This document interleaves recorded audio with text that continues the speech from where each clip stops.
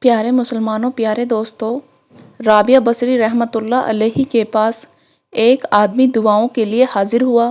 وہ اس وقت ظہر کی نماز پڑھ رہی تھی۔ اس نے سوچا کہ اچھا میں بعد میں آؤں گا۔ جب وہ بعد میں آیا تو وہ نفلی نماز پڑھ رہی تھی۔ پھر آیا تو عصر کی نماز پڑھ رہی تھی۔ عصر کے بعد آیا تو وہ ذکر و اذکار میں مشغول تھیں۔ پھر آیا تو مغرب کی نماز پڑھ رہی تھی۔ پھر آیا تو اوابین کی نماز پڑھ رہی تھی۔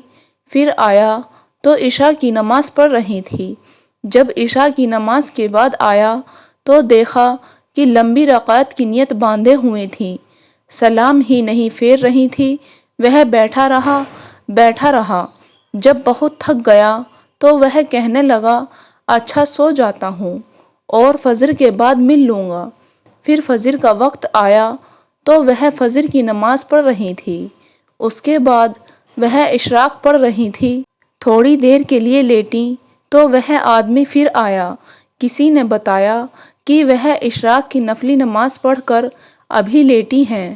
وہ کہتا ہے کہ میں بس تھوڑی دیر بیٹھا تھا کہ وہ گھبرا کر اٹھی، آنکھیں مل کر کہنے لگی، اے اللہ، میں ایسی آنکھوں سے پناہ مانگتی ہوں جو نیند سے پر نہیں ہوتی۔ یہ کہہ کر اٹھ بیٹھیں اور اللہ تعالیٰ کی عبادت میں مشغول ہو گئیں۔